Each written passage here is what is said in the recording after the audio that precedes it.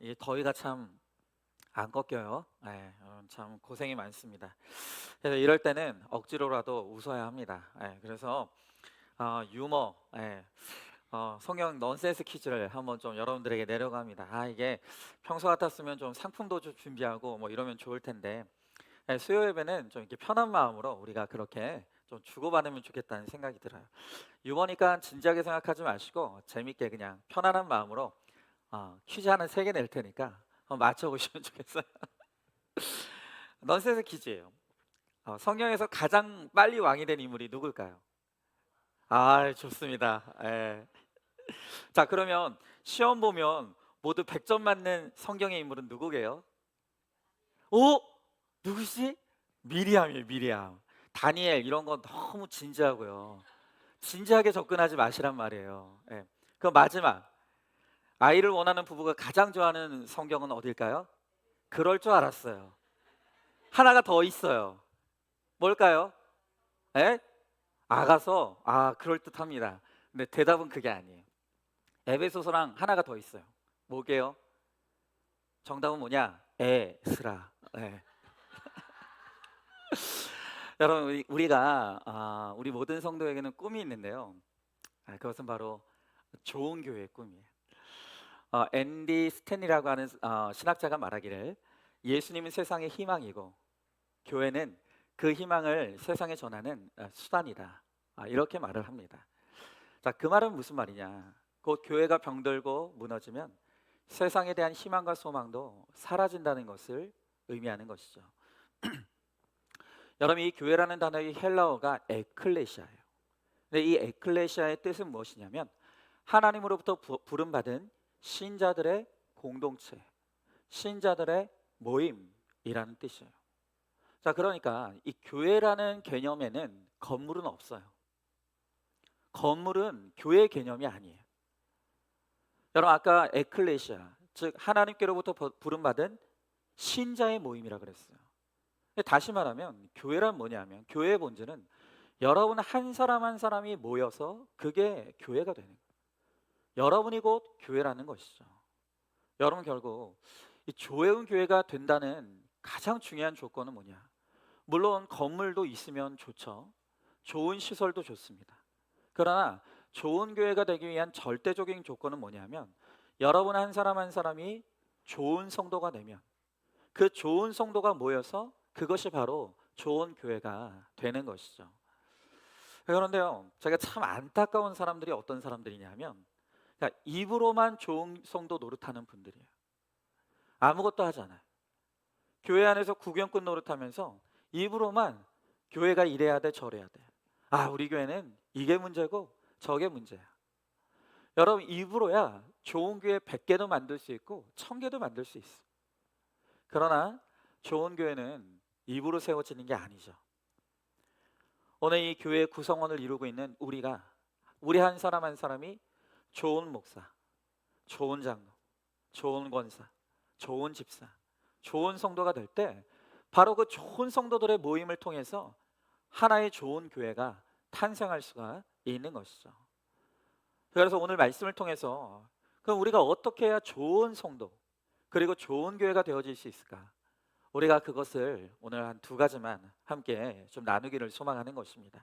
첫째로, 우리가 좋은 성도 또 좋은 교회가 되려면 거룩이 목표가 되어야 합니다. 자, 오늘 본문의 1절부터 3절의 말씀해 보니까, 그러므로 주 안에서 갇힌 내가 너희를 권하노니 너희가 부르심을 받은 일에 합당하게 행하여 모든 겸손과 온유로 하고 오래 참음으로 사랑 가운데 서로 용납하고 평안에 매는 줄로 성령이 하나 되게 하신 것을 힘써 지키라 그랬어요. 여러분, 이 마크 트웨인이라고 하는 미국의 작가가 유머를 하나 말했어요. 그게 뭐냐? 개와 고양이가 우리가 알기에는 서로 친해지기가 굉장히 어려운 동물이라고 하죠. 근데 개와 고양이를 한 우리에 넣었더니 친해지더라는 거예요. 또 새와 염소와 돼지를 한 우리에다가 넣어서 길러봤는데 또 시간이 지나니까 금방 친해지더라는 거예요. 자, 그런데 이번에는 침례교인하고 장로교인하고 감리교인을 같이 넣어봤더니 들어가자마자 죽도록 싸우더라는 거예요. 여러분, 이게 유머인데 정말 우리 믿음의 사람들에게는 진짜 가슴 아픈 그런 유머죠. 여러분, 우리가 예수 믿어요. 그런데 우리 가운데 예수 잘 믿자고 다투고 싸우는 사람들이 너무 많아요. 여러분, 분열이 넘치는 그런 교회 안에 들어가 보면 어느 사람도 교회가 잘못되자고 싸우는 사람 없어요. 교회 분열이 일어나고 다툼이 일어나는 교회 안에 들어가 보면 왜 그렇게 싸우냐고 하면 다 우리 교회 잘 되고자 한다고 그렇게 말하는 거예요. 여러분, 어떻게 예수 믿는다고 하면서 이렇게 싸우고 분열되는 일이 벌어질 수 있느냐 말입니다. 제가 오늘 새벽 큐티 설교에서도 얘기했었는데요. 이 에베소서는 구성이 딱 두 부분으로 나뉘어져 있어요. 에베소가 총 6장이지 않습니까? 근데 전반부인 1장부터 3장까지는 예수 그리스도로 말미암은 이 구원에 관한 내용이 1장부터 3장이에요. 그리고 이어지는 4장부터 6장까지는 그러면 구원받은 성도들이 구원 이후에 어떻게 변화된 삶을 살아가야 되는가. 후반부는 성도의 거룩에 관한 내용이 바로 나와 있다는 거예요. 자, 그런데 우리 한국교회 문제가 뭐냐면 한국교회는 1장부터 3장까지의 예수 그리스도로 말미암은 구원에 관한 것은 잘 가르쳤어요. 예수 믿으면 구원받는다. 예수 믿으면 천국 간다. 이건 잘 가르쳤다고요. 그런데 한국교회가 나머지 4장부터 6장까지 그러면 구원받았으면 구원받은 우리 성도들 그 다음에는 무엇을 목표로 살아야 되는가? 내가 구원받았는데 그럼 그 구원 이후에 나는 무엇을 목적 삼아 살아가야 되는가에 대해서는 못 가르친 거예요. 성도가 구원받은 이후에 이 거룩해야 된다는 것을, 거룩이 바로 우리의 삶의 목표가 되어야 된다는 것을 가르치지 않았어요. 여러분, 그렇기 때문에 예수 믿고 구원받고 그래서 한국교회가 어마어마하게 부흥했는데 그런데 신자들이 변화가 안 되는 거예요. 변화가 일어나지 않는 거예요. 여러분, 구원받은 우리 모든 성도들에게 하나님이 주신 목표가 있어요. 이제 너희들이 구원받았으니까 이제 너희들이 구원받은 너희들이 삶의 목표로 삼아야 될 것이 있다 라고 말씀하시는 거예요. 그게 뭐라고요? 그게 거룩이라는 거예요. 여러분, 내가 거룩함으로 변화받아야 또 다른 사람을 구원할 수 있는 거예요. 여러분, 제가 지난번에도 말씀드렸지만 이번에 우리 청년부 수련의 주제가 뭐였냐면 우리는 정말 변화될 수 있을까? 이 변화에 관한 것을 주제로 우리가 함께 수련회를 가졌어요. 제가 이 주제를 선택하게 된 이유가 있다고 말씀드렸는데 기억하시는지 모르겠어요. 제가 최근에 이제 우리 청년의 한 지체와 대화를 하는데 이 청년이 저한테 너무나 강한 어조로 뭐라고 하냐면 목사님, 저는요 사람 절대로 안 변한다고 생각합니다. 절대로 안 변한다는 거예요. 그러면서 하는 말이 저도 안 변할 거고 목사님도 안 변할 거고 그러니 우리 교회도 안 변할 거예요. 여러분, 저는 그 청년이 사람은 절대로 안 변한다는 그 굳은 신념을 보면서 저것도 신앙이구나. 신앙이라는 생각이 들었어요. 그러니까 신앙은 신앙인데 삐뚤어진 신앙이죠. 잘못된 신앙이죠. 자, 오늘 여러분들은 어떻게 생각해요? 여러분, 사람은 변하나요? 아니면 사람은 절대 안 변하나요? 여러분, 실제로 이 세상 사람들은 사람 절대 안 변한다고 해요. 고쳐 쓰는 거 아니라고 해요. 그래서 검은 털 달린 짐승은 거두는 게 아니다. 뭐 이런 말 너무나 우리가 많이 하지 않습니까? 이 세상 사람들은 그게 신앙이에요. 사람은 안 변한다는 게 신앙이에요. 꼭 이 말이 맞냐는 거예요. 여러분, 우리는 이 문제에 대한 답을 어디서 찾아야 될까요? 당연히 우리 성도들은 하나님의 말씀으로 이 문제에 대한 해답을 얻어야죠. 자, 그러면 성경은 이 문제에 대해 뭐라고 대답하고 있을까요? 성경은 뭐라고 말씀하실까요? 여러분, 일단 성경은요 사람은 절대로 변하는 존재가 아니다라는 말에 동의해요. 성경이 그걸 동의해요. 여러분, 마태복음 5장 36절에서 예수님은 뭐라고 말씀하시냐면 너희는 스스로 머리카락 한 올도 희거나 검게 변화시킬 수 없다고 말씀하세요. 그렇죠? 여러분, 우리는 나 자신에 대해서 이 머리카락 하나조차도 내 마음대로 희게 만들거나 검게 만들 수 없어요. 나도 나를 변화시킬 수 없다는 거예요. 또 예레미야서 13장 23절에 보면 재미있는 이 말씀이 있어요. 여러분, 제가 이 말씀을 공동 번역으로 한번 읽어볼게요. 여기 이렇게 나와 있어요. 에디오피아 사람들이 제 피부색을 바꿀 수 있겠느냐? 표범이 제 가죽에 박힌 점을 없앨 수 있겠느냐? 그렇다면 악에 젖은 너희도 좋은 사람이 될 수 있으리라. 여러분, 지금 이 말씀은 반어법이에요. 에디오피아 사람들이 흑인이죠. 흑인이 자기 피부색을 변화시킬 수 있습니까? 표범이 자기 털에 나 있는 반점을 없앨 수 있습니까? 그럴 수 없죠. 마찬가지로 죄인이 좋은 사람이 될 수 없다는 거예요. 안 된다는 거예요. 사람 안 변한다는 거예요. 여러분, 이와 같은 성경의 관점을 보면 사람은 변하는 존재가 아니라는 것을 성경도 인정해요. 그런데 이건 반만 진리예요. 그러니까 사람은 자기 스스로는 절대 변화시킬 수 없어요. 여러분, 나도 안 변하니 우리가 누굴 변화시키겠어? 나도 안 변하고 남도 변화시킬 수 없는 거예요.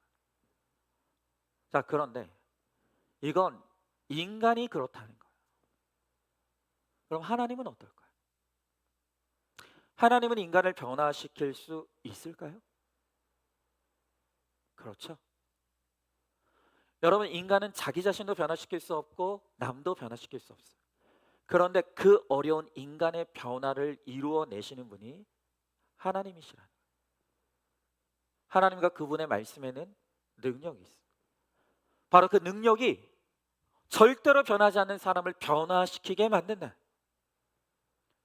여러분, 로마서 12장 2절의 말씀을 보니까 너희는 이 세대를 본받지 말고 마음을 새롭게 함으로 변화를 받아 하나님의 선하시고 기뻐하시고 온전하신 뜻이 무엇인지 분별하도록 하라 라고 하십니다. 오늘 주님께서 우리들에게 뭐라고 명령하시냐면 변화를 받으라는 거예요. 여러분, 생각해 보세요. 내가 정말 변화될 수 없는 존재라면 하나님이 우리에게 변화를 받으라고 말씀하시겠습니까? 아니죠. 변화될 수 있으니까 변화받으라고 말씀하시죠.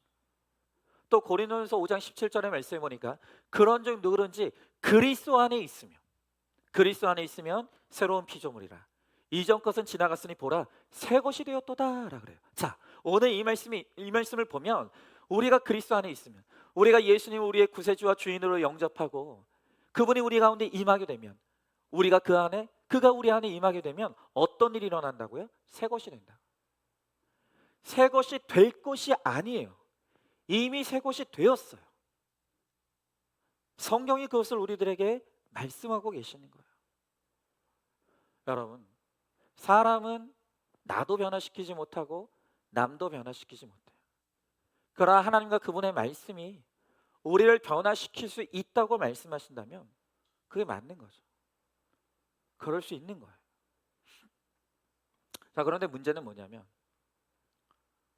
우리가 이것이 하나님의 말씀인 건 알겠는데, 하나님과 그분의 말씀에 능력이 있어서 그 말씀이 우리를 변화시킨다는 걸 우리가 알겠는데, 근데 이게 믿어지질 않아요. 이게 문제예요. 머리로는 당연히 하나님이 전능하시니까 사람을 변화시키시지, 당연히 말씀에 능력이 있으니까 그 말씀으로 사람이 깨지지, 머리로는 알아요. 그런데 우리의 마음은 사람이 변화될 수 있다는 말씀이 믿어지지가 않아요. 이유가 있죠.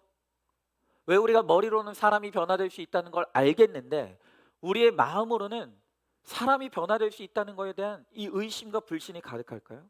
왜냐하면 내가 주변에서 경험했던 사람들이 예수 믿어도 안 변하는 걸 우리가 봤기 때문이에요.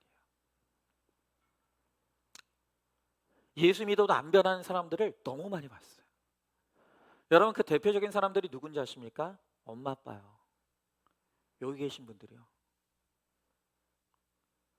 여기 계신 분들이 안 변하는 걸 우리 자녀들이 봤어요.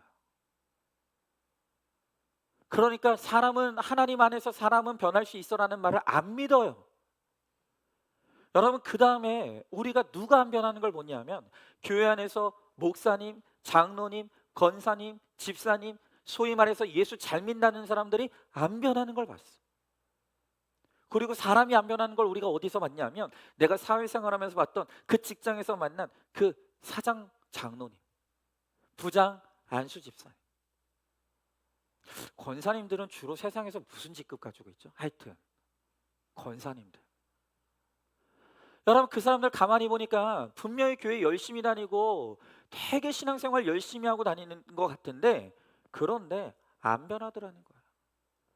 절대 안 변하는 거예요. 심지어 안 믿는 사람들보다 더 형편없는 사람들도 많은 거예요. 여러분 그걸 보면서 우리 안에 삐뚤어진 신앙이 생겼는데, 그게 뭐냐? 아, 예수 믿어도 사람 안 변하더라. 교회 다녀도 사람은 안 변하더라. 여러분 이 신앙에 가까운 굳은 신념이 그 안에 자리 잡은 거예요. 여러분 제가 만났던 그 청년, 저와 대화 나눴던 그 청년이 왜 그런 삐뚤어진 신앙을 갖게 됐겠습니까? 우리 엄마 아빠 보니까 안 변하더라는 거예요. 우리 엄마 아빠 안 변하더라는 거예요. 교회 안에 목사님, 장로님, 권사님, 집사님 안 변하더라는 거예요. 내가 직장 생활 해봤더니 그 직장 생활한 직장의 사장님이 장로님인데 내가 안 변하더라는 거예요. 내 직장 상사 안 믿는 사람보다 더 하더라는 거예요. 여러분 우리는 이런 일들을 우리 가정과 직장에서, 심지어 교회 안에서도 목격해요. 그러다 보니까 우리 안에 생긴 믿음이 뭐냐면, 아, 사람은 안 변하고 심지어는 예수 믿어도 안 변하는구나. 백날 교회 다녀봐야 사람은 절대 안 변하는구나. 이 그릇된 신앙이 형성되어 버리는 거예요. 근데 여러분 이게 얼마나 무서운 것이냐면, 사람은 절대로 안 변한다는 이 전제 안에 누가 포함이 되냐면 나도 포함돼요. 한번 이 신앙이, 이 신념이 우리 안에 자리 잡게 되면 어떤 절망감이 우리 안에 찾아오냐면 나도 안 변한다는 절망감이 찾아오게 되는 거예요. 여러분 그래서 지금 우리 자녀들이 어떤 절망감을 가지고 살아가느냐, 내가 평생 우리 집에서 보았던 맨날 치고받고 싸우는 그 부모님 모습, 그리고 직장에서 내가 봤던 그 예수 믿으면서도 너무나 못된 그 직장 상사의 모습, 그리고 교회 안에서 신앙생활하면서 너무나 고리타분하고 모순적인 신앙생활하는 그 선배 신앙인들의 모습, 그게 미래의 내 모습이라는 거예요. 나도 여기서 벗어나지 못할 거라는 거예요. 여러분 그래서 제가 누누이 말씀드리죠. 요즘 우리 젊은이들 가운데 비혼주의자들이 너무 많아요. 나 결혼 안 한다는 거예요. 근데 왜 우리 청년들이 결혼 안 하겠다고 하는지 아십니까? 여러분 우리 청년들 안에 특별히 이 결혼에 대한 우리 청년들의 비관된 마음, 결혼에 대한 우리 청년들의 그 비판적인 시각, 이게 어디서부터 생겼는지 여러분들이 아셔야 돼요. 범인이 누구라고요? 여러분들이에요. 여러분 우리 청년들의 마음이 어떤 마음이냐면, 나도 내 부모처럼 부부 생활하고, 나도 내 부모님이 그렇게 가정생활해서 평생 지지고 볶고 싸우면서 그렇게 살았던 대로 나도 살 거라면 나는 차라리 그렇게 결혼하지 않겠다. 나는 그런 결혼 안 하겠다는 거예요.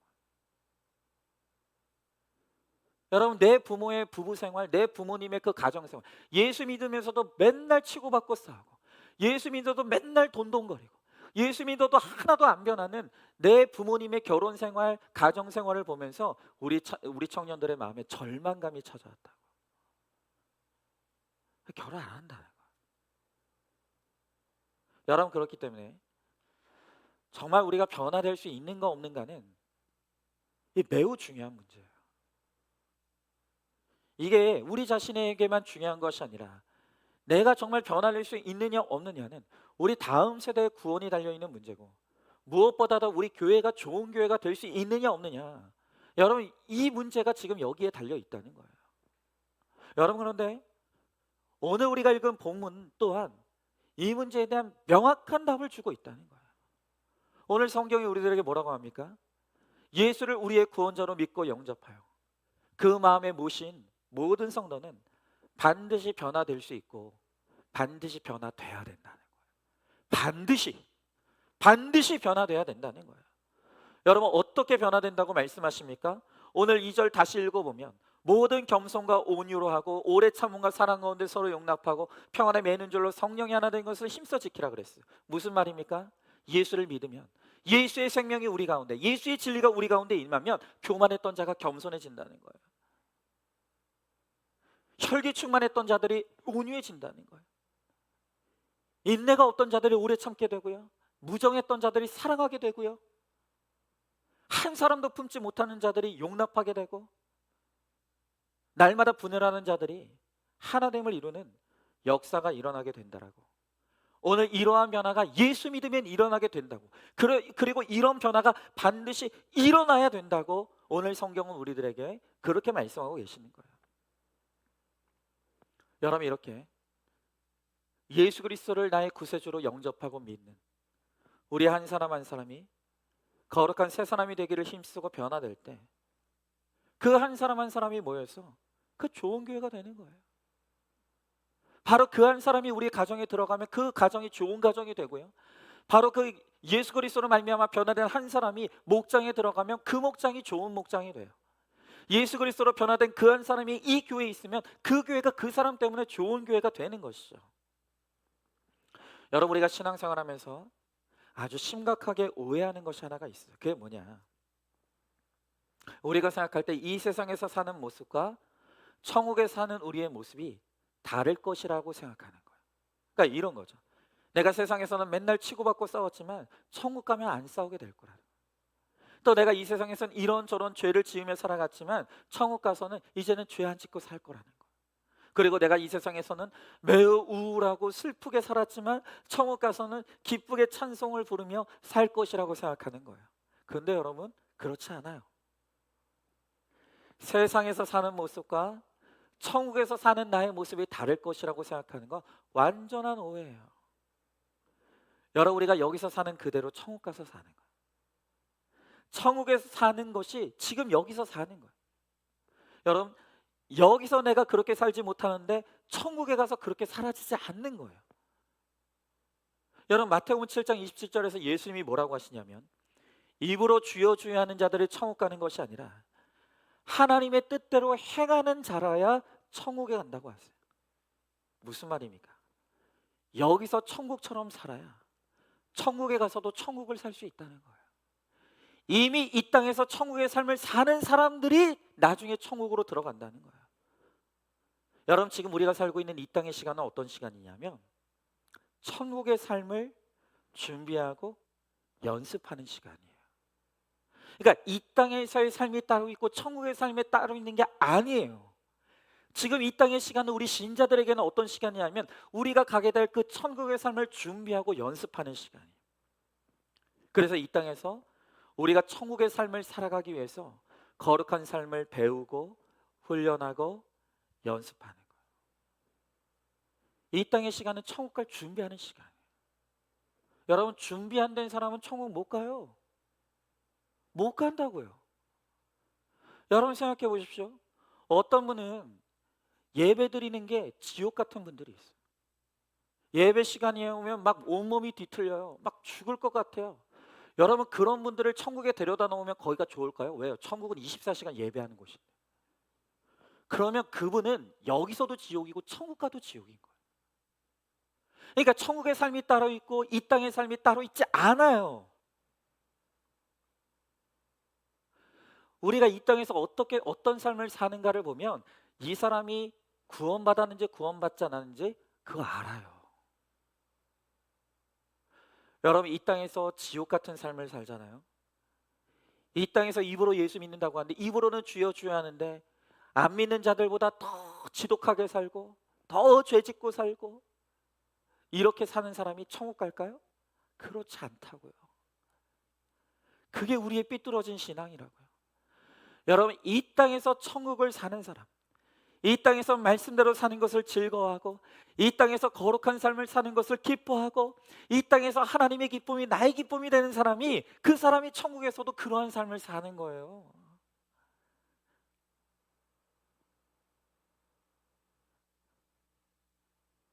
우리가 그것을 알아야 되는 거예요. 여러분, 그러므로 우리가 이 땅을 살아가면서 우리가 반드시 인생의 목표로 삼아야 될 것은 거룩해지는 거예요. 왜요? 거룩한 자만 천국에 들어갈 수 있거든요. 여러분, 워치만 리라고 하는 중국의 목사님이 쓴 책이 있어요. 근데 그 책에 이런 내용이 나와요. 중국에 이제 예수님을 잘 믿는 어떤 성도님이 이제 논농사를 짓는데, 이제 저는 사실 농사를 지어본 적이 없지만 여기 농사 지어본 이 시골 촌 출신들 많지 않습니까? 예. 그러니까 이제 농사를 짓게 되면 이제 그 물을 그 받아놔야 되잖아요. 그래서 이제 이분이 농사를 지으려고 논에다가 이 물을 받아놨는데, 그런데 아랫논 주인이 그 논둑을 터가지고 자기 논에다가 물을 다 뽑아버리는 거예요. 여러분, 농사 지어보신 분들 아시잖아요. 이게 얼마나 큰 범죄인지, 이게 얼마나 분노할 일입니까?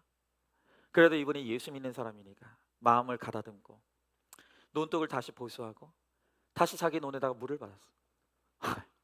그 다음날 가보니까 또 아랫논의 사람이 논둑을 터가지고 이분의 논에 있는 물을 다 자기 논으로 빼버린 거예요.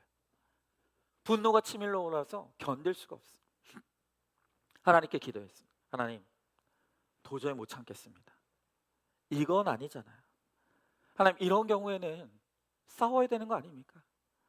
마냥 참는 게 능사가 아니지 않습니까? 마음이 편하지가 않아요. 나는 지금 따지러 가고 싶고 싸우러 가고 싶은데 하나님이 허락하시지 않는 게 느껴지는 거예요. 그래서 괴로운 마음으로 하나님 앞에 기도하는데 어느 하나님께서 마음에 이런 음성을 들려주는 게 깨달아지는 거예요. 너는 언제까지 올바른 일을 위해서만 살겠느냐? 언제까지 옳고 그름만 따지며 살겠느냐? 그 이상의 삶을 살 수가 없겠느냐? 그게 깨달아지더라고요. 그리고 도대체 이 말씀이 어떤 말씀일까 깊이 묵상하는 가운데 드디어 하나님께서 나에게 뭘 원하시는지가 깨달아졌어. 그리고 즉시 일어나서 논으로 갔는데, 근데 이번에는 어떻게 했냐면, 이번에는 수로에서 먼저 아랫 논에다가 물을 먼저 다 채워주고 그 다음에 자기 논에다가 물을 채웠어.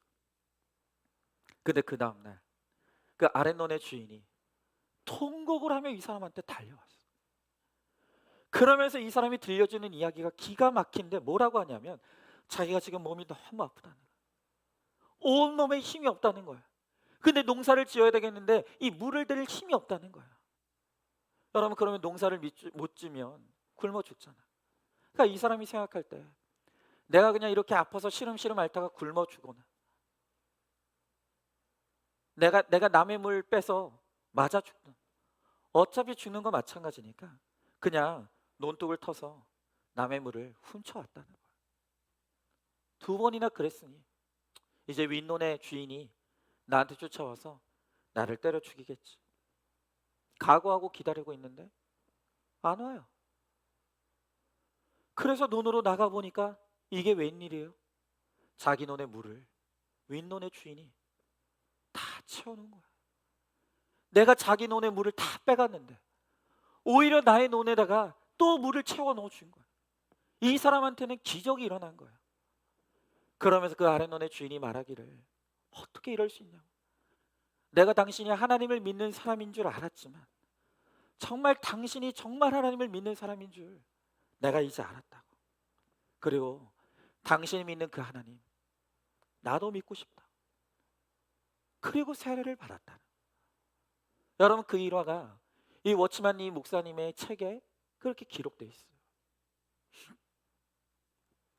여러분, 우리 본성은 이기적이죠.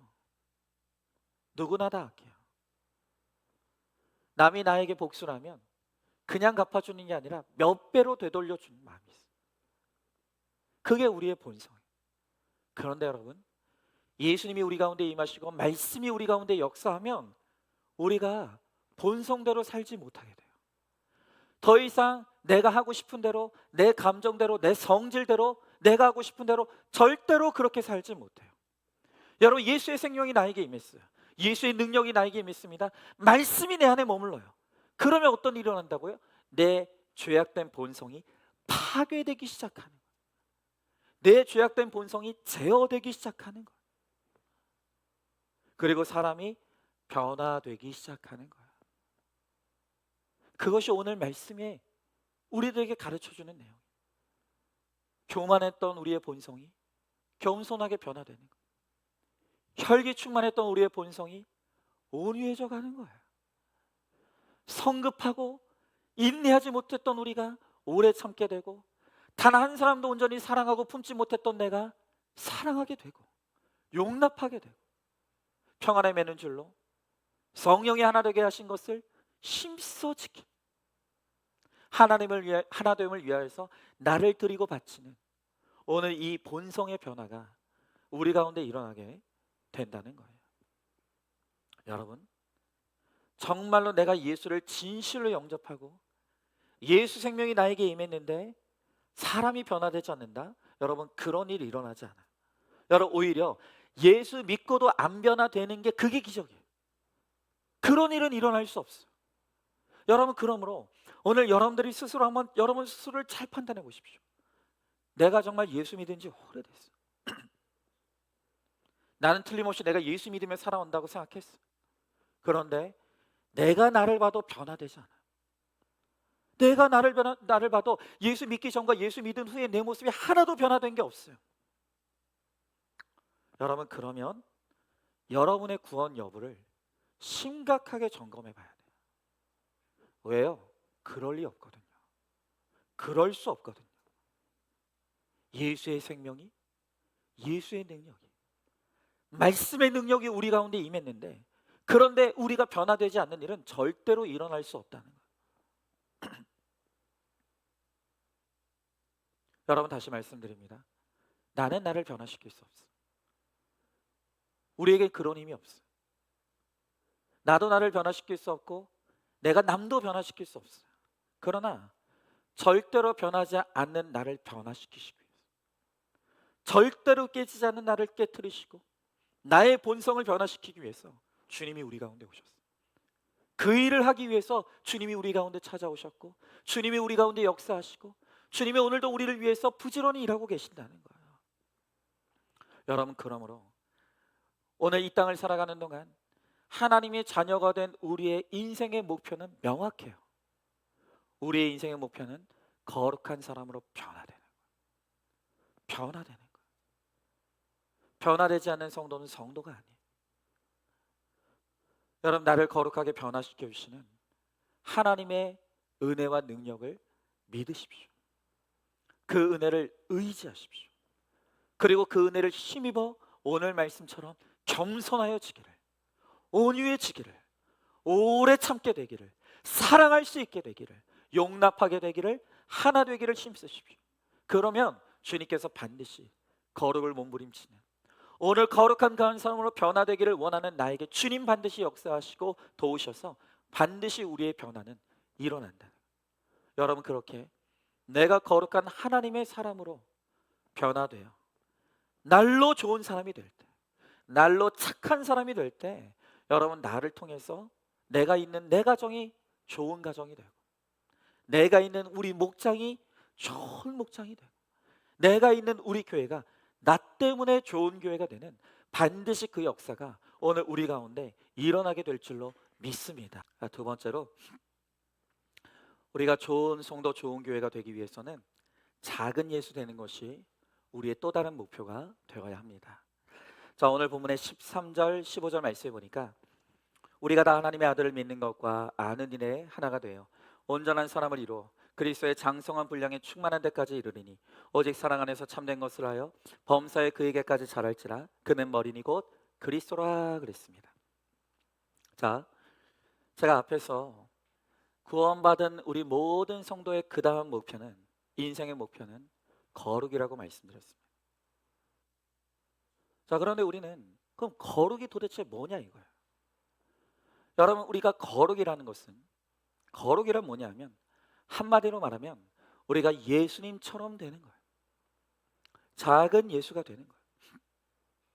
헨리 나우어인이라고 하는 유명한 기독교 영성가이자 작가가 있습니다. 이분이 이런 말을 했어요. 예수님이 아셨던 것을 우리가 알고 예수님이 행하셨던 것을 우리가 행하도록 우리는 부름받았습니다. 예수님이 하는 것을 우리가 알고 예수님이 행하셨던 것을 우리도 행하도록 우리가 그렇게 부름받았다는 거예요. 그런데 그 다음 말이 정말 두려워요. 그는 이어서 이렇게 말합니다. 우리들의 영적 생활에 있어서 커다란 도전은 우리 자신이 예수님과 같다고 주장할 수 있어야 한다는 것입니다.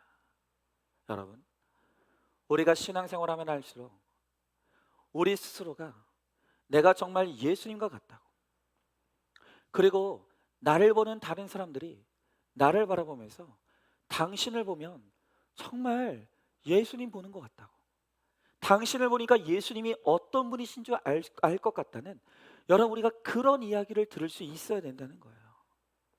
이게 정말 엄청난 말이죠. 여러분, 진정한 구원이 무엇입니까? 진정한 구원은 우리가 예수님처럼 되는 거예요. 작은 예수가 되는 거예요. 여러분, 우리가 방금 전에 읽었던 이 구절이, 헨리 나우엔의 이 말이 결코 과장이 아니라는 것을 우리들에게 가르쳐주고 있어요. 여러분, 오늘 보면 13절을 다시 보면 우리가 다 라고 말해요. 그러니까 구원받는 성도라면 한 사람도 예외 없이 어떻게 해야 되느냐, 그 다음에 뭐라고 말하냐면 하나님의 아들, 즉 예수님을 믿는 것과 아는 일에 하나가 되어 온전한 사람을 이루어라고 합니다. 자, 그러니까 우리가 구원받은 하나님의 자녀라면 모든 사람은 다 예수님처럼 온전해져야 된다. 자, 그 다음에 또 뭐라고 합니까? 그 다음 이어지는 말씀을 보니까 그리스도의 장성한 분량이 충만한 데까지 이르러 라고 합니다. 다시 말하면 예수님처럼 성숙한 자가 되어야 된다. 또 오늘 15절의 말씀을 보니까 이렇게 말하고 있죠. 그에게까지 예수님처럼 자랄지라. 우리가 예수님처럼 날마다 성장해야 된다. 여러분, 결국 오늘 성경이 반복해서 말씀하시는 것은 결국 딱 하나예요. 예수님처럼 되라는 거예요. 예수님처럼 되라. 여러분, 이것이 예수 믿는 우리 모두 한 사람도 예외 없이, 목사님만 그렇게 돼야 되는 게 아니라, 장로님만 그렇게 돼야 되는 게 아니라, 권사님만 그렇게 돼야 되는 것이 아니라, 예수 믿고 구원받은 모든 성도들이 반드시 추구해야 될 최후의 목표는 뭐냐? 예수님처럼 되는 거예요. 작은 예수가 되는 거예요. 그래서 나를 바라보는 사람들로부터 내가 당신을 보니까 예수님이 어떤 분이신 줄 알 것 같다, 이런 이야기를 들어야 된다는 거예요. 여러분, 예수 왜 믿어요? 구원받으려고 믿죠. 근데 구원이 뭐예요? 여러분, 구원은 우리가 예수님처럼 온전히 되어서 예수님과 영원히 사는 것이, 그게 구원이에요. 여러분, 죄인은 하나님과 살 수 없어요. 죄인과 하나님이 같이 살 수 없는 거예요. 우리가 죄악된 이 몸으로 절대로 천국에 들어갈 수 없다고요. 우리가 천국에 들어가려면 거룩해야 되고, 어디까지 거룩해져야 되냐면 예수님처럼 거룩해져야 되는 거예요. 바로 그 예수님처럼 거룩한 작은 예수가 되는 그 사람이 하나님과 하나님의 나라에서 영원히 함께 살 수 있는 거예요. 여러분, 우리 어린아이들은요, 누구라 할 것 없이 한 5, 6살쯤 되면 그냥 부모님, 특별히 이 아빠가 굉장히 커 보여요. 이 아이들의 눈에는요, 아빠가 제일 키가 큰 사람이고, 아이들 눈에는 아빠가 힘이 제일 센 사람이고, 아이들 눈에는 아빠가 뭐든지 제일 잘하는 사람. 그래서 우리 아이들이 하는 말이 뭐냐면, 나는 언제 아빠처럼 크지? 나도 우리 아빠처럼 되고 싶어. 아이들이 철없을 때 그런 말을 하죠. 나도 우리 아빠처럼 되고 싶다. 나도 우리 아빠처럼 크고 싶다. 여러분, 그런데 우리도 마찬가지예요. 우리가 항상 예수 믿고 신앙생활하면서 늘 우리가 가슴속에 품어야 될 소망이 뭐냐면, 나는 언제 예수님처럼 될까? 내가 어떻게 하면 예수님처럼 될까? 내가 어떻게 하면 저 예수님처럼 될 수 있을까? 이게 바로 우리의 꿈과 소망, 목표가 돼야 되는 거예요. 여러분, 그런데 사실 내가 예수님처럼 된다, 내가 작은 예수가 된다. 이게 굉장히 부담스럽죠. 안 믿어지죠. 그게 정말 가능한가 싶은 우리 안에 의심이 있어요. 여러분, 그러다 보니까 내가 이 땅에서 나 같은 죄인이 예수님처럼 된다, 이게 믿어지지 않고 이게 가능한지 의구심이 되니까 자꾸 우리가 예수님처럼 된다는 것을 이 종말론적으로 해석하려고 하는 분들이 있어요. 여러분, 제가 앞선 대지에서도 말씀드렸지만 많은 사람들이 내가 예수님처럼 되는 것은 죽어서 천국에 가서야 가능한 것이지, 이 세상에 살 동안은 그건 불가능한 일이라고, 여기서는 절대로 그렇게 될 수 없다고 그렇게 생각하는 거예요. 물론 우리가 나중에 죽어 하나님 나라 천국에 가면 완전히 예수와 같은, 예수님처럼 흠도 티도 없는 온전한 자가 되어질 것이에요. 여러분, 그러나 그거는 그냥 미래에 내가 죽고 나면 하나님 나라에 가서나 일어날 일이라고 치부해버리고 그냥 이 세상에 살 때는 그냥 적당히 신앙생활하고 적당히 죄도 짓고 적당히 타협하면서 그렇게 사는 거지 뭐. 여러분, 이렇게 생각하는 것은 성경을 부정하는 거예요. 여러분, 그건 이단이나 마찬가지인 거예요. 오늘 성경은 오늘 우리에게 예수님처럼 온전하여지라고 말씀하세요. 예수님처럼 성숙하라고 말씀하세요. 그리고 예수님처럼 끊임없이 자라나라고 말씀하고 있다는 거예요. 여러분, 이 말씀을 우리에게 왜 주시겠어요? 안 될 일을 우리에게 주시겠냐고요. 되지도 않는 일을 우리에게 되라고 말씀하시겠습니까? 그렇지 않다고요. 오늘 주님이 이 말씀을 주실 땐 그냥 이거는 천국에서나 있을 일이니까 그냥 그렇게 알고 있어, 이렇게 말씀하시고 주시는 말씀이 아니에요. 여러분, 오늘 우리에게 예수님처럼 되라, 작은 예수가 되라고 하는 것은 천국에 가서 될 일이 아니라 우리가 이 세상에 있으면서 그것이 우리의 신앙의 목표가 되고 우리의 삶의 목표가 되어서 그렇게 하나님이 주시는 은혜와 힘으로 우리가 반드시 작은 예수가 되는 것을 우리의 표대로 삼고 그렇게 그곳을 향해 달려나가라는 거예요. 여러분, 그러므로 오늘 이 말씀이 우리에게 부담스러운 말씀이라 할지라도 정말 이게 가능할까? 우리 인간적인 생각으로는 의심이 들어도 하나님의 말씀이 그것이 그렇다고 말씀하시면 그 말씀대로 믿고 그 말씀대로 살려고 하는 노력이 우리 가운데 있어야 된다는 거예요. 여러분, 사실 이 땅에서 우리가 작은 예수가 된다, 우리가 예수님처럼 된다, 여러분, 이 말씀이 목사인 저에게도 부담스러워요. 오늘 한번 여러분 한번 저를 보실 때, 야, 정말 저 박은성 목사 보니까 예수님 같아, 그렇게 생각하시는 분들 있습니까?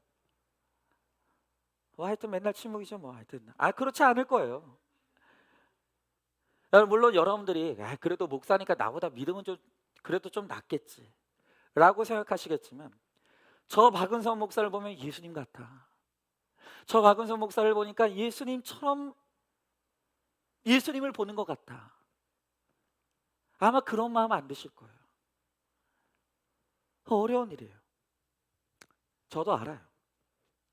여러분, 그럼에도 불구하고 하나님은 우리가 예수님처럼 온전하여지고 예수님처럼 성숙하여지고 예수님처럼 자라나기를 원하고 계세요.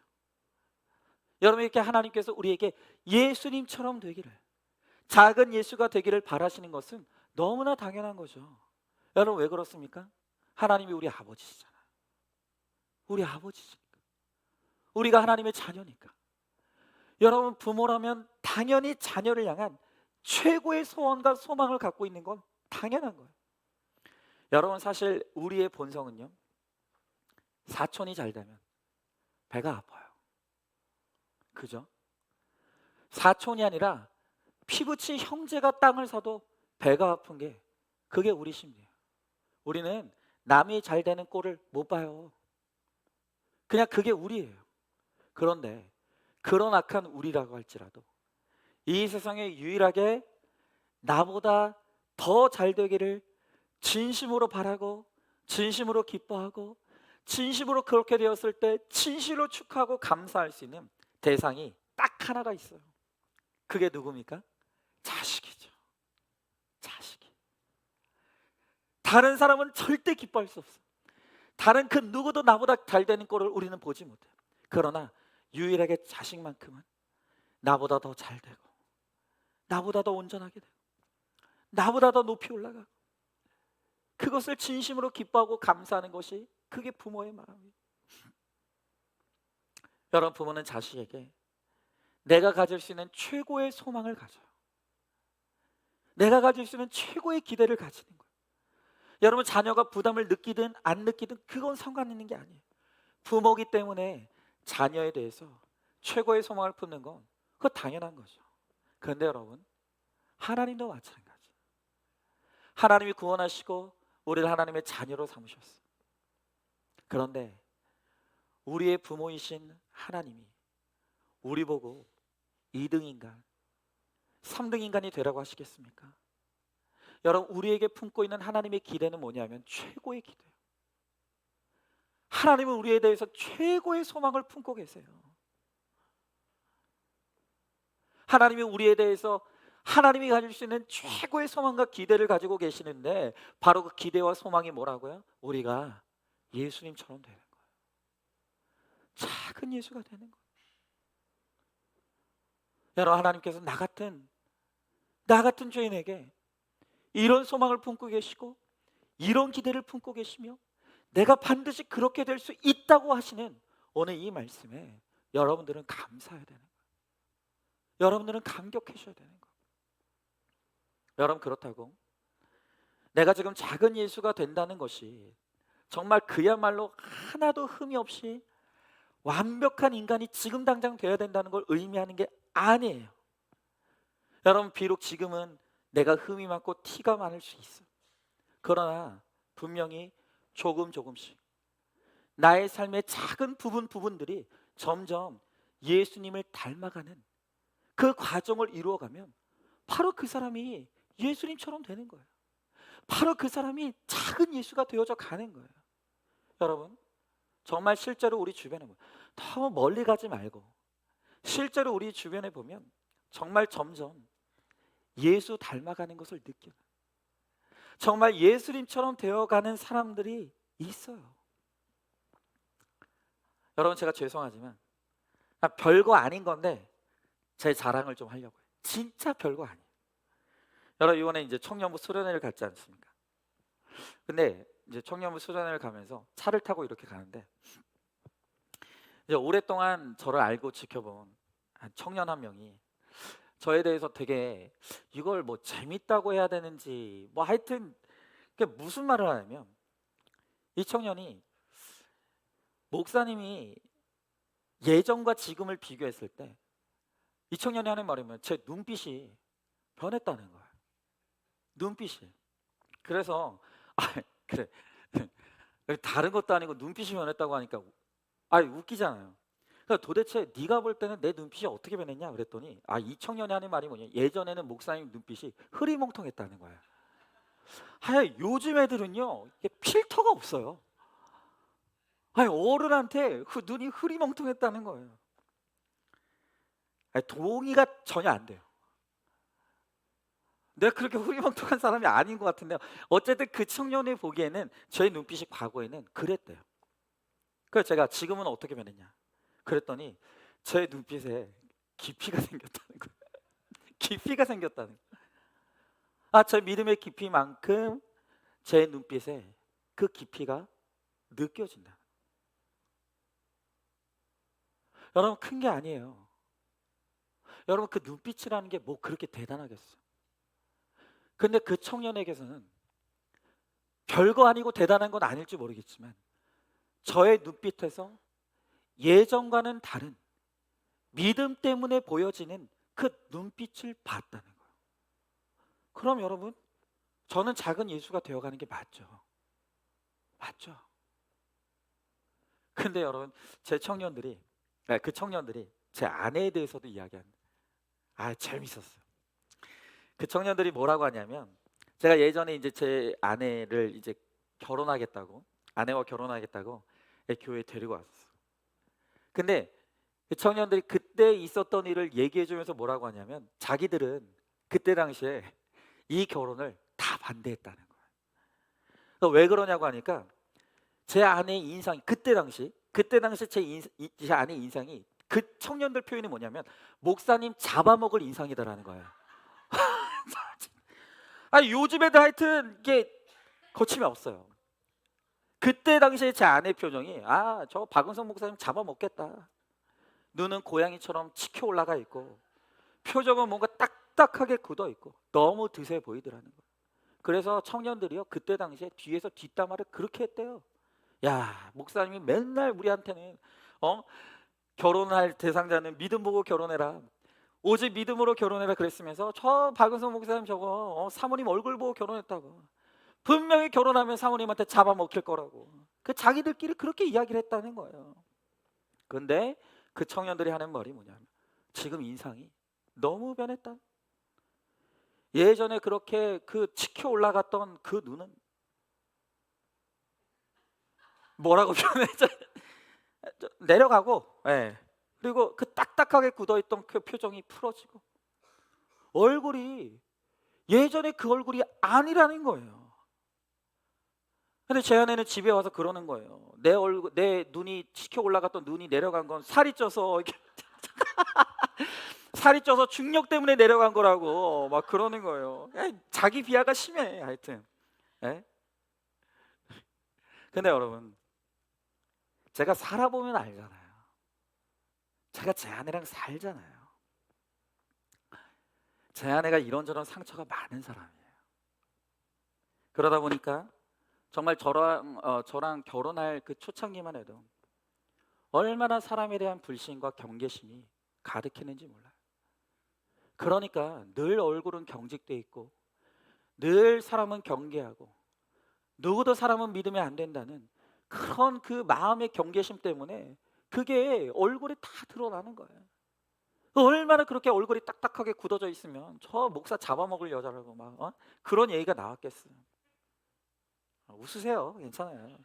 그런데 제 아내가 그렇게 구속사의 말씀을 듣고 가면서 아직도 많은 치유가 필요하지만 그 말씀을 들으며 가면서 끊임없이 제 아내가 과거의 상처들을 말씀으로 해석해내고 정말 지금도 제 아내는 상처에 갇혀있는 인생이 되지 않으려고 얼마나 몸부림치는지 몰라요.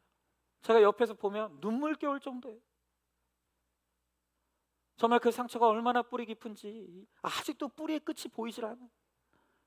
그런데도 제 아내는 내가 절대 이 상처에 갇혀있지 않을 거라고, 나는 반드시 이 상처에서 빠져나올 것이라고, 언젠가는 나는 하나님의 은혜로 자유함을 누리게 될 것이라고 얼마나 몸부림을 치는지 몰라요.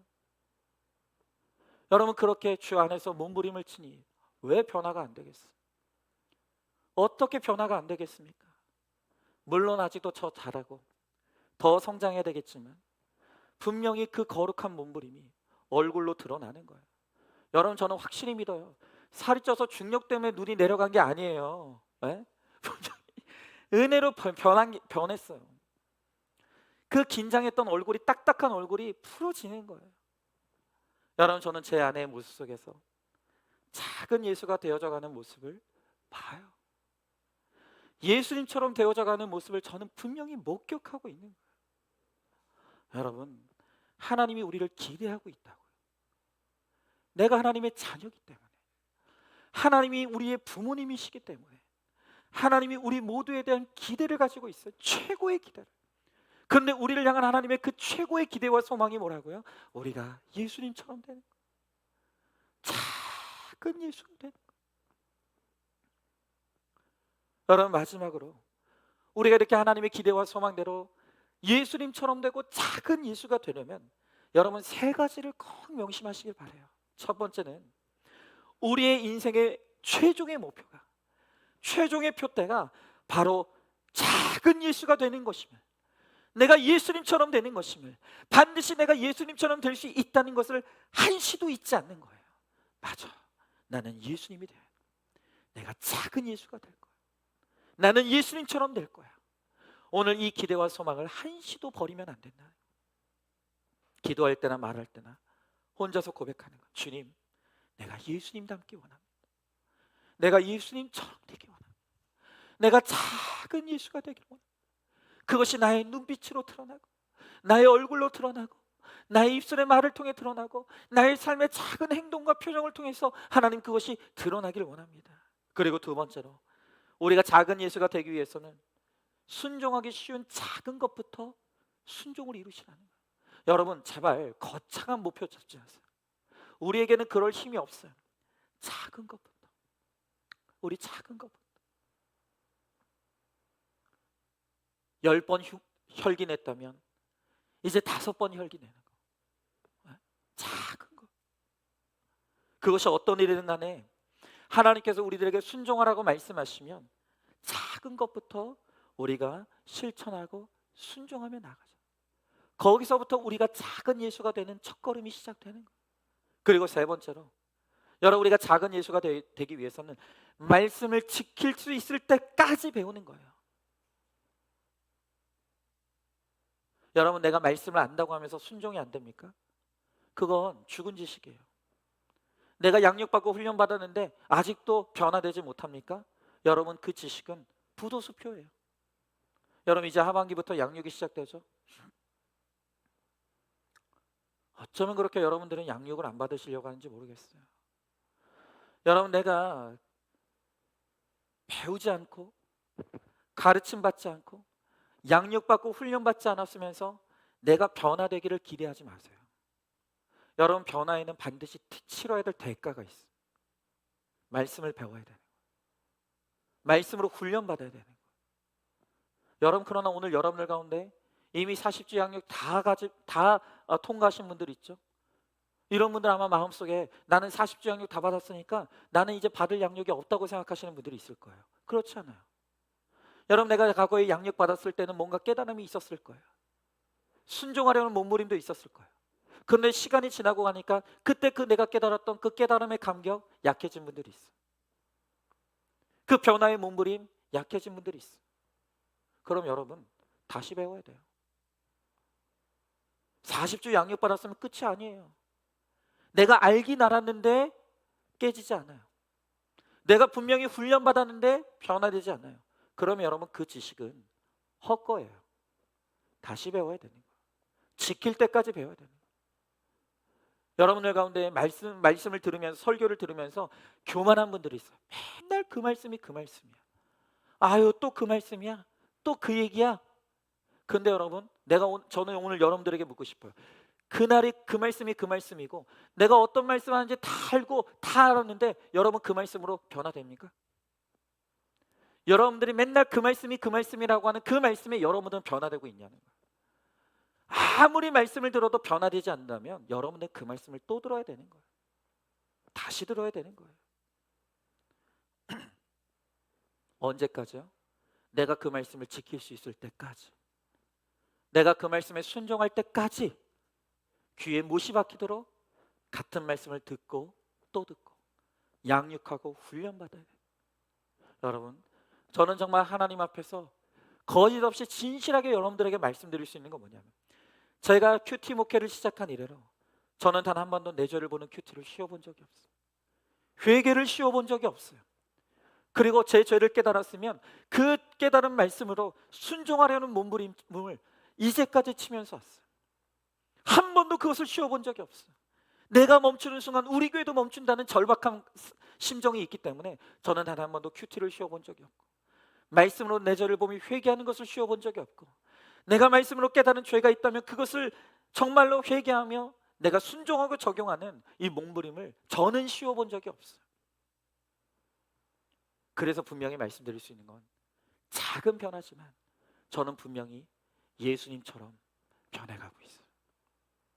저는 예수님처럼 자라고 있어요. 저는 예수님처럼 성장하고 있어요. 저는 분명하게 말씀드릴 수 있어요. 여러분, 한번 생각해 보세요. 우리 교회 안에 작은 예수들이 하나 둘 늘어나요. 여러분, 여기 계신 분들만 예수님처럼 되고 작은 예수가 된다면 우리 교회에 진짜 좋은 교회 될 거예요. 안 그럴 수가 없죠. 여러분, 단 한 사람만, 정말 우리 가운데 여기 계신 분들 중에 진실로 단 한 사람만 예수님처럼, 작은 예수처럼 변화된다라고 한다면 여러분, 그 한 사람 때문에 우리 교회는 달라질 거예요. 어떻게 작은 예수가 있는, 예수님 같은 그 한 사람이 있는 교회가 어떻게 달라지지 않을 수가 있겠습니까? 어떻게 그 교회가 좋은 교회가 되지 않을 수가 있겠습니까? 여러분, 만약 여러분들이 느끼기에 우리 교회는 문제가 많아, 우리 교회는 왜 이렇게 부족한 게 많아, 여러분 만약에 그렇게 느낀다고 한다면 우리 교회가 그렇게 문제 많은 교회고 우리 교회가 그렇게 부족함이 많은 교회인 이유는 여러분이 문제가 많기 때문에, 그러게 느끼는 여러분이 바로 아직도 작은 예수가 되지 못했기 때문이라는 걸 알아야 되는 거예요. 여러분, 저는 정말 바랍니다. 오늘 예수님의 소망, 우리 모두를 향한 예수님의 기대와 소망은 우리가 예수님처럼 되는 거예요. 작은 예수가 되는 거예요. 오늘 정말 우리 한 사람 한 사람이 날마다 주 안에서, 하나님의 말씀 안에서 작은 예수로 자라가기를 원합니다. 그 작은 예수들이 한 명, 두 명 늘어날 때, 그 예수가 차고 넘칠 때, 여러분, 우리 교회는 좋은 교회가 될 거예요. 세상에서 제일 좋은 교회, 하나님이 소망하셨던 교회가 될 거예요. 하나님이 가장 기대하셨던 바로 그 교회가 될 것입니다. 오늘 우리가 다른 사람이 아니라 하나님, 내가 바로 그 사람이 되겠다, 내가 바로 그 작은 예수, 내가 바로 그 예수님 같은 그 한 사람이 되어서 하나님, 나를 통해 우리 가정이 좋은 가정이 되고, 나를 통해 우리 목장이 좋은 목장 되고, 나를 통해 우리 교회가 좋은 교회가 될 수 있도록 하나님, 내가 바로 그 예수님 같은 그 한 사람, 내가 바로 그 작은 예수가 되게 해달라고, 그 거룩한 소망과 기대를 품고 오늘 그렇게 살아가는 저와 여러분 우리 모두가 될 수 있기를 주님의 이름으로 축원합니다. 하나님 아버지, 감사합니다. 오늘 주님께서 말씀을 통해 우리에게 은혜를 주시고 예수 그리스도를 통해 구원의 은총을 베풀어 주신 것은 이제 구원받은 하나님의 자녀인 우리가 거룩한 새 사람이 되어서 변화를 받아 예수님 닮은 작은 예수가 되라고, 그래서 주님이 우리를 부르시고 주님이 우리를 구원하시고 주님이 우리를 하나님의 자녀 삼아 주셨다고 말씀하십니다.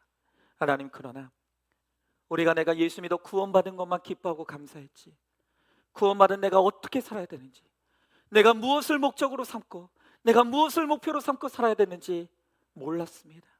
그래서 하나님을 믿어도 내 마음대로 믿었고, 하나님을 믿어도 내 혈기대로 믿었고, 나의 옳고 그름을 따라, 내 좋고 시키름을 따라 그렇게 살아왔기에 하나님, 우리가 변화되지 못한 삶을 살았습니다. 내가 예수 믿어도 변화되지 못했기에, 내가 교회 열심히 다녀도 변화되지 못했기에, 예수 믿어도 변화되지 않고 교회 다녀도 변화되지 않는 나를 바라보면서 내 자녀들이 절망했습니다. 나를 바라보는 예수 믿지 않는 사람들이 절망했고, 정말 나 때문에 많은 사람들이 교회를 떠났던 그런 일들이 일어났음을 오늘 이 시간 정말로 주님 앞에 회개하며 나아갑니다. 주여, 이제는 정말로 내가 구원받은 내가 무엇을 위해 살아야 될지 이제 알고 깨달았사오니, 이제는 정말로 예수 믿고 변화받아 거룩한 새 사람이 될 수 있게 하여 주시옵소서.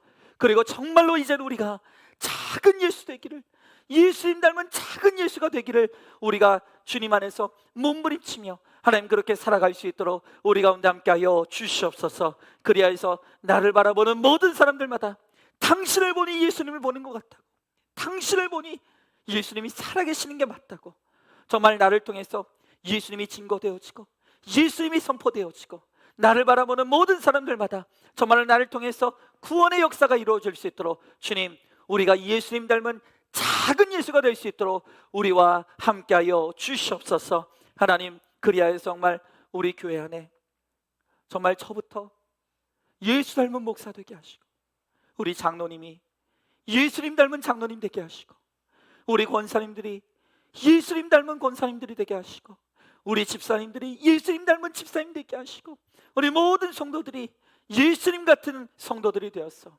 하나님, 우리 교회가 정말로 주님이 기뻐하시는 좋은 교회가 되어서 이 마지막 때 정말 영혼권을 위해서 쓰임받는 하나님, 우리 안산중앙교회 될 수 있도록 우리 주님께서 함께하여 주시옵소서.